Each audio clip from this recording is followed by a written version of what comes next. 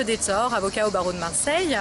Je suis ici avec les riverains du quartier Saint-Mitre, juste à côté de la parcelle sur laquelle un projet important de 400 logements est envisagé. Je suis Karine Destobolaire, une riveraine de cette impasse de la Fruitière.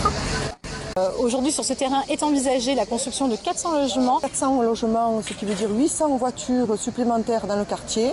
Je crois 9 ou 10 bâtiments qui sont des R+5, R+6, c'est-à-dire élevés de 5 à 6 étages, construits autour de l'espace boisé classé, ce qui ne permettra plus aux riverains d'obtenir les bénéfices de cet espace boisé classé, mais ce qui en plus, dans un avenir plus ou moins proche, risque de largement détériorer le dit espace.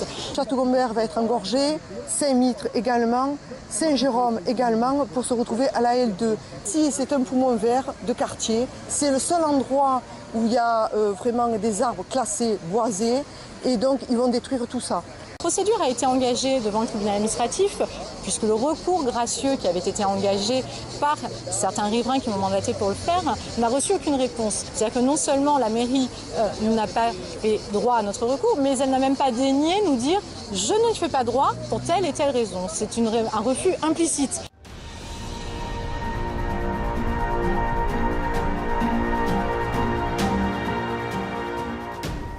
Construction parce que ça va être quelque chose de gigantesque, impossible à gérer. Sur un projet aussi important, nous aurions souhaité quand même qu'il y ait un dialogue qui s'instaure et nous aurions souhaité au moins un courrier de refus. Tel n'a pas été le cas, donc dans les délais, nous avons saisi le tribunal administratif de Marseille qui aujourd'hui donc est en charge de connaître ce litige.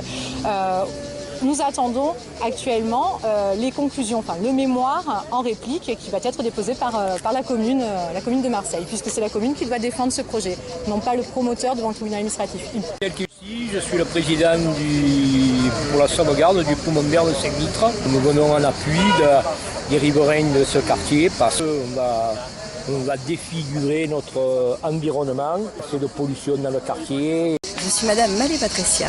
M. Ravier, qui est le maire d'arrondissement 13e et 14e, va essayer de nous appuyer, qu'on puisse garder ce magnifique parc naturel, avec donc un arbre centenaire, un pin, et une magnifique bâtisse qui va être détruite au bénéfice toujours pareil de la promotion de bâtiments en béton. Et ce serait bien dommage.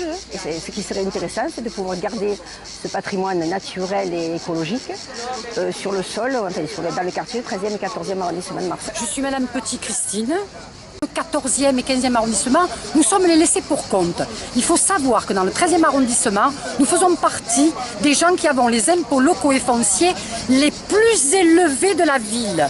Donc ce grand parc qui est donné pour construire 420 logements, où il n'y aura aucune structure pour les enfants les mettre à l'école, où ça va faire une circulation d'une densité impensable, je considère que cette propriété serait quand même de meilleure idée de faire un jardin pour nos enfants, car dans le quartier, pour nos enfants, il n'y a absolument rien.